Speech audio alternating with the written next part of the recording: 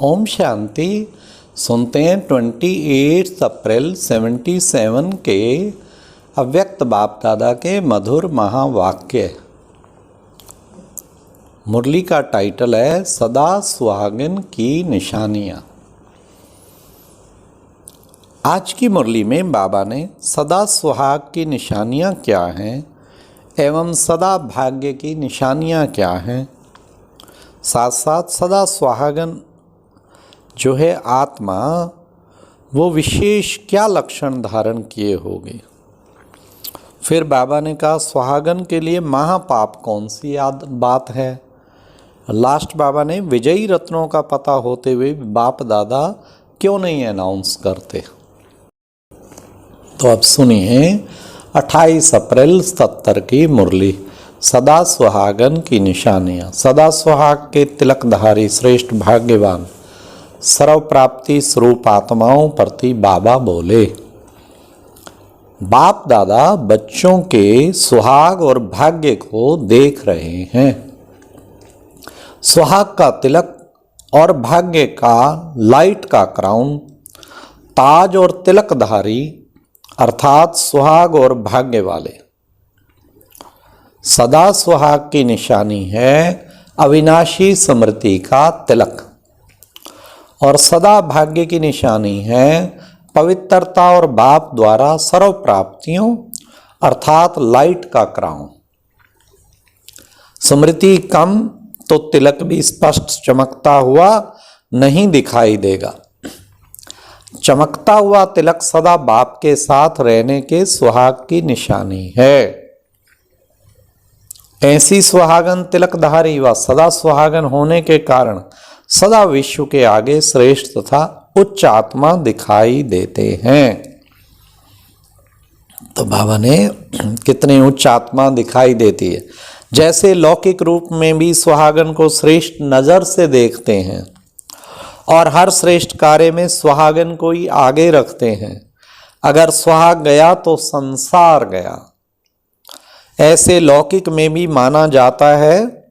इसी प्रकार अलौकिक जीवन में भी हर आत्मा एक साजन की सजनी है अर्थात सुहागन है।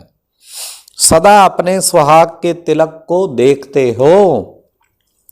सदा एक की ही लगन में मगन रहने की निशानी स्मृति का तिलक अर्थात सुहाग का तिलक है। अगर तिलक मिट जाता है तो गोया अपने सुहाग को मिटा देते हैं। अपने आप से पूछो कि मैं सदा सुहागन हूं।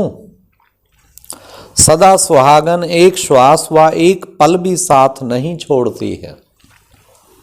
सदा सुहागन के मन के बोल हैं साथ रहेंगे, साथ जिएंगे और साथ मरेंगे। सदा सुहागन के नैनों में मुख से साजन की सूरत और सीरत समाई हुई होती, कानों में उनके बोल ही सदा सुनने में आते हैं। जैसे भक्ति में अनहद शब्द सुनने के अभ्यासी होते हैं, बहुत प्रयत्न के बाद एक बार भी अगर शब्द सुनाई देते तो अपनी भक्ति को सफल समझते हैं। यह सब भक्ति की रीति रस्म इस समय के प्रैक्टिकल लाइफ से कॉपी की है।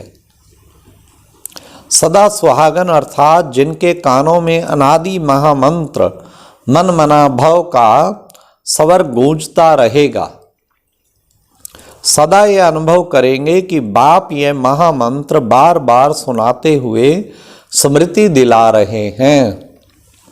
चलते फिरते यही अनहद अर्थात अविनाशी बोल बाप के सन्मुख सुनने का अनुभव करेंगे और कोई भी आत्माओं के बोल सुनते हुए भी नहीं सुनेंगे।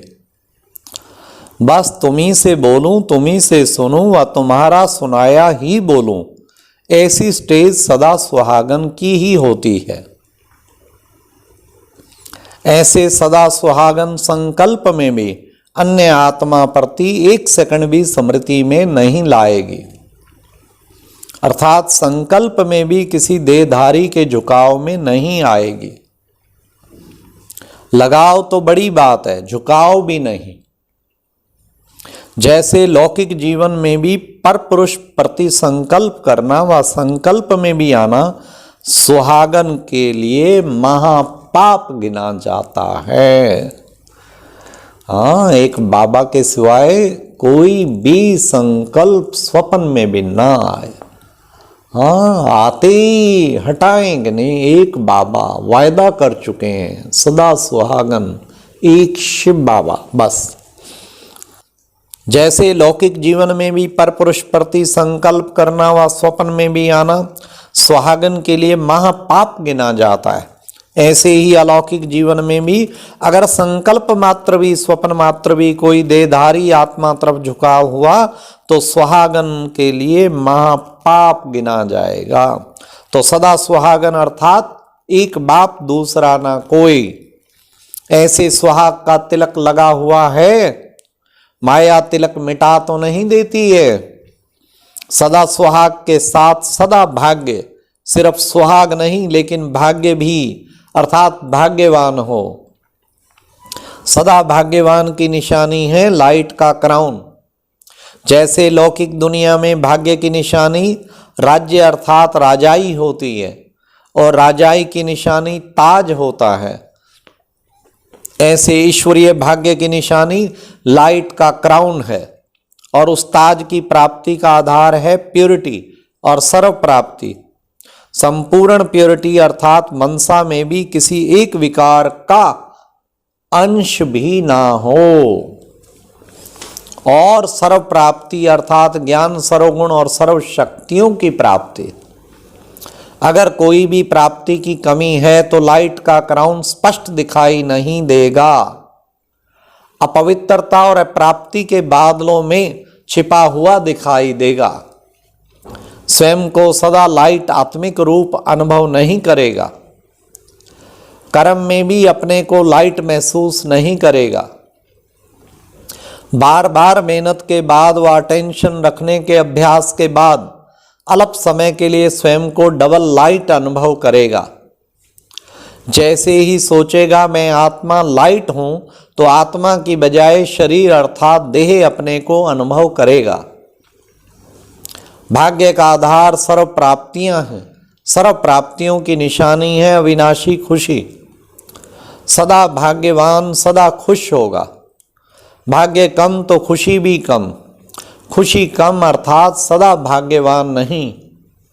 तो समझा, सदा सुहागन और सदा भागन अर्थात भाग्यवान की निशानियां क्या हैं। अब तो सब बातें सामने रखते हुए स्वयं को चेक करो कि मैं कौन हूं। अच्छा, सदा सुहाग के तिलकधारी श्रेष्ठ भाग्यवान सर्व प्राप्ति स्वरूप सदा बाप के साथी ऐसे श्रेष्ठ आत्माओं को बाप दादा का याद प्यार और नमस्ते।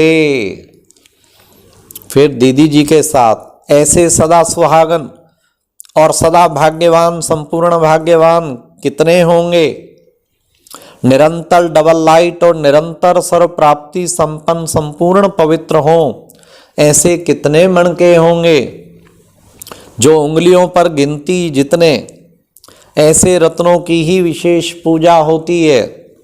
विशेष 9 रत्नों की पूजा होती है। बाबा ने स्पष्ट कर दिया। इस प्रकार के तो संपूर्ण पवित्र और संपूर्ण भाग्यवान डबल लाइट तो 9 रत्न खास बताए। तो जो अच्छी तरह क्वालिटी का रत्न होता है तो उस एक रत्न में एक रंग का होते हुए भी सब रंग दिखाई देंगे। जैसे सफ़ेद हीरा होता है, जो बढ़िया हीरा होगा चमकता हुआ फ्लॉलेस दिखाई देगा। ध्यान में देखेंगे तो सफ़ेद होते हुए भी उसमें सब रंग दिखाई देंगे। इसका कारण क्या है? सर्व शक्तियों के संपन्न की निशानी यह है। सर्व शक्तियाँ भिन्न भिन्न रंग के रूप में दिखाई देती हैं। वह साइंस का हिसाब और यहाँ है साइलेंस द्वारा सर्व प्राप्तियाँ। जैसे वर्षा के बाद इंद्रधनुष दिखाई देता है तो उसमें भी सब रंग दिखाई देते हैं। यह भी ज्ञान वर्षा के बाद, वर्षा का फल सर्व प्राप्ति स्वरूप। तो ऐसा श्रेष्ठ हीरा व रतन सर्व प्राप्ति स्वरूप होने के कारण जो शक्ति पाने चाहें वे उस रतन द्वारा प्राप्त कर सकते हैं। तो ऐसे रतन कितने होंगे? 9 रत्नों का पूजन निर्विघ्न होने के लिए विशेष होता है। कोई के ऊपर विशेष विघ्न आता है तो 9 रत्नों का पूजन करते हैं। तो इतने निर्विघ्न बने हो, हर रतन संपन्न होता है, लेकिन फिर भी हर रतन की मुख्य विशेषता अपनी होती है। इसलिए 9 रत्नों की इकट्ठी पूजा भी होती है और अलग अलग भी विशेष कोई विघ्न अर्थ कोई रतन गाया हुआ होता है। मानो धन की समस्या व विघ्न है तो धन की प्राप्ति के लिए व प्राप्ति का विघ्न मिटाने के लिए विशेष रतन भी होता है। बीमारी ज़्यादा मार्क ली होगी तो उसका यादगार फिर अब तक भी अपने हाथ में रिंग बनाकर पहनते हैं या गले में लाकट बनाकर डालते हैं। तो ये सब हिसाब वर्तमान समय के प्राप्ति के हैं। तो ऐसे कितने होंगे? गिनती करने में आते हैं, नाम बताने के नहीं, दिखाने के हैं। अगर अनाउंस भी करें और भविष्य में वे प्रसिद्ध भी होंगे, लेकिन अभी संपूर्ण स्टेज पर ना देखकर क्वेश्चन करेंगे, यह क्यों, यह कैसे। देखो बाबा सब जानता है। बाबा कहते मैं अनाउंस कर सकता हूँ और भविष्य में वो प्रसिद्ध भी हो जाएंगे, लेकिन अभी उनकी संपूर्ण स्टेज नहीं है, कुछ कमियां भी हैं। तो बहुतों को क्वेश्चन होंगे, इसको क्यों, ये कैसे, हमारा नंबर क्यों नहीं।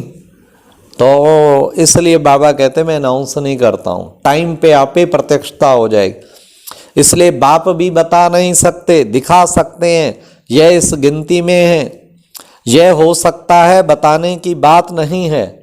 हाँ, बाबा ने कहा इस गिनती में है, दिखा सकते हैं, इस गिनती में है, यह हो सकता है, बताने की बात नहीं। अब एक का भी नाम बतावें तो देखना कितने क्वेश्चन उठते हैं। इसमें क्या है, हमारे में क्या नहीं है, इसमें तो यह है। कई क्वेश्चन में समय व्यर्थ गंवाएं, यह भी बाप नहीं चाहते। बाकी कल्प कल्प के प्रसिद्ध हुए रतन कल्प पहले मुआफिक प्रसिद्ध जरूर होंगे। आजकल नाम नहीं, काम चाहते हैं। अभी तो हर एक के अंदर यह लक्ष्य है कि मैं ही अपने को क्यों नहीं इतना आगे बढ़ाकर योग्य बनाऊं।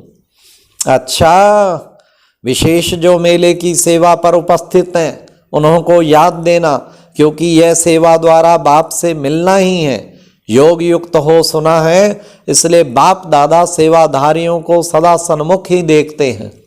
ऐसे सेवाधारी कभी भी अपने को दूर नहीं समझेंगे, सन्मुख ही समझेंगे। अच्छा, ओम शांति। ये थी प्यारे बाबा की कितनी सुंदर आज अनाउंसमेंट के सब मालूम है, लेकिन मैं अनाउंस नहीं करता हूँ, टाइम पे प्रत्यक्ष हो जाएंगे।